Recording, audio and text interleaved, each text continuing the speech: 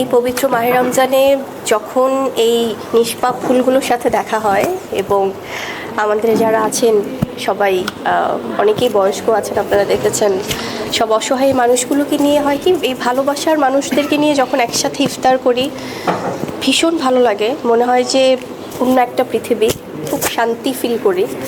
আর আমি বরাবরই আসি প্রত্যেক বছরে এই মানুষদের সাথে আসলে আনন্দ, শান্তি, প্রশান্তি সব কিছু ভাগাভাগি করে নিতে।